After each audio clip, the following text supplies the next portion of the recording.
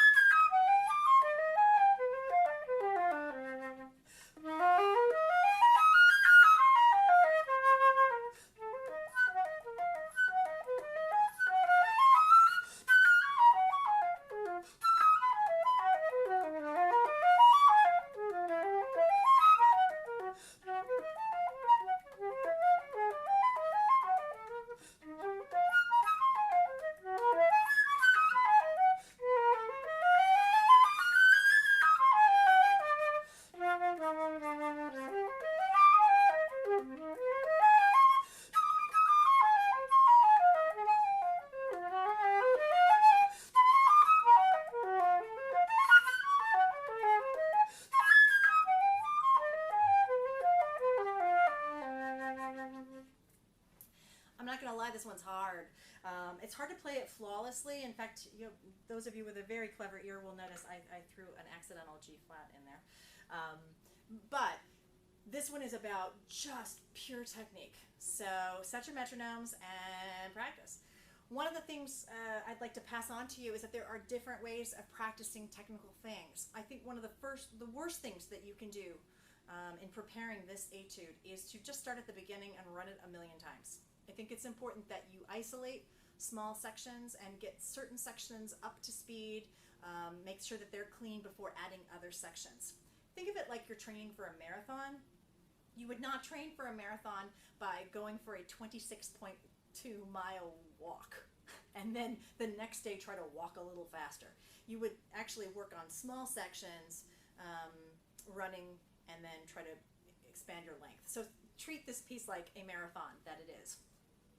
I'm going to give you 5 ways of repetitive practicing that you can use in any of the measures that might help just drilling those fingers in there. The one that I'm going to start with is a technique where you elongate the first note of each measure. And I'm going to use as an example the last 4 measures of the etude, not including the DC back at the beginning. And in this case, I'm going to elongate the very first note of each measure.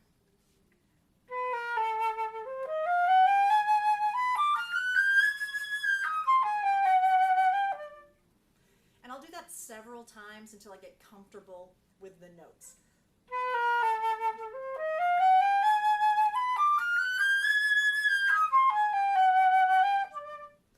And then the second time, I'm going to elongate the second note of each measure.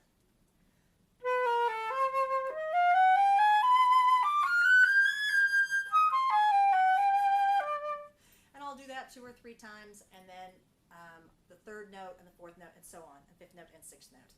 And then after you've done that many, many times, then just take one opportunity, don't think too much, and just play it really quickly.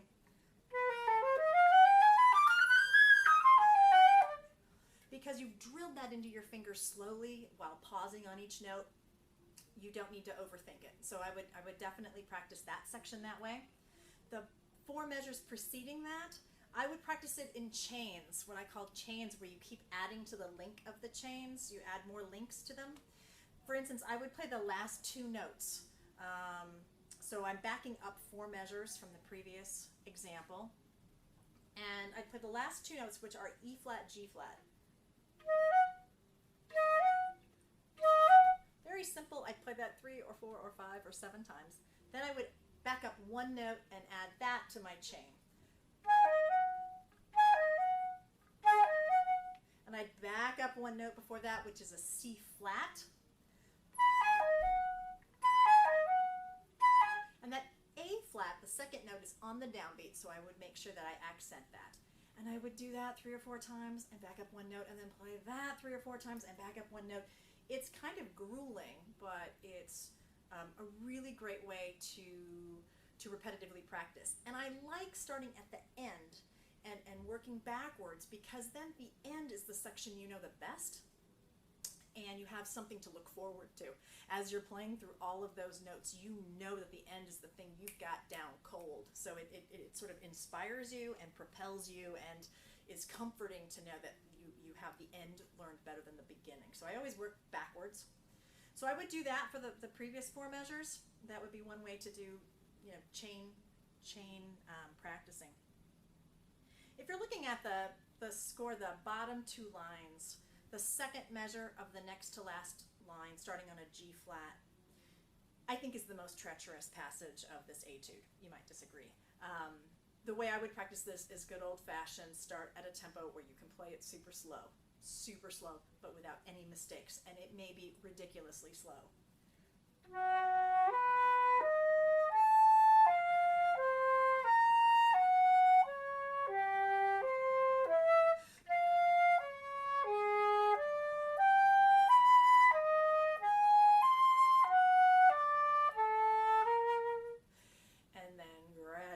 Jack up your metronome so that you can play it a little faster, a little faster. If you do not allow yourself to ever play a wrong note on that section, you are not allowing yourself to play wrong notes.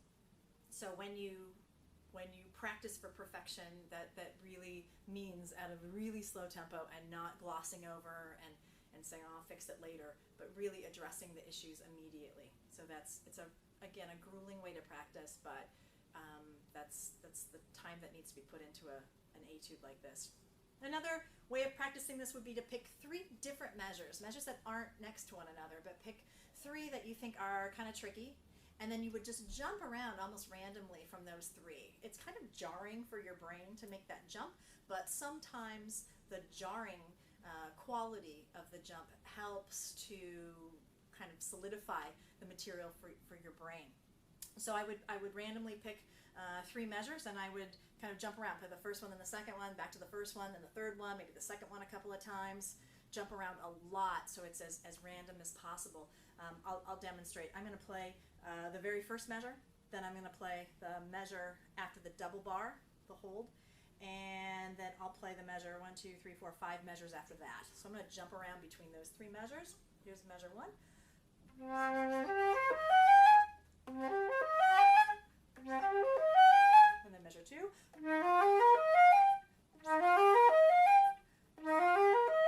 Back to 1. Then 2.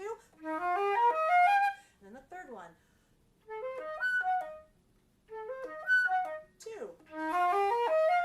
1. 3. Again.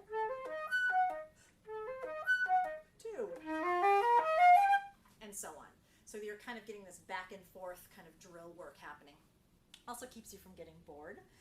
Then the final way I would practice this repetitively is to pick 1 measure every day and do what I call a 1-minute miracle. You set your timer for 1 minute and you play that measure in its entirety. You play little sections of it, work your way from the end to the beginning, change the articulations, change the rhythm a little bit, kind of change your groupings. Just play around with it for exactly 1 minute. For instance, again, I would think, as an example, maybe the fifth measure, I would turn my timer on, and for 60 seconds,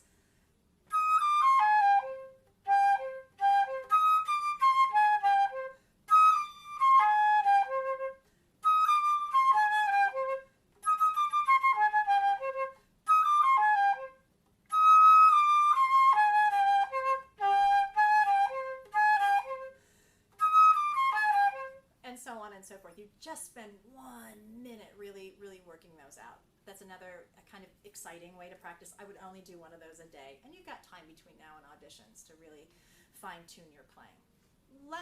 Lastly, I would just encourage you not to be daunted by this. Yes, it's technical, and yes, it's tricky, but with careful practice and careful attention to detail, it's doable. So just chip away at it a little bit at a time. Don't gloss over it and keep making repeated mistakes. Just isolate a couple measures. So using the techniques I showed you today where you elongate 1 note in each measure, you use the backwards reverse chain method, you slowly increase the tempo on your metronome, you pick 3 random measures and jump around from that, and then do 1 minute miracles, you should be in good shape. Hang in there, and best of luck.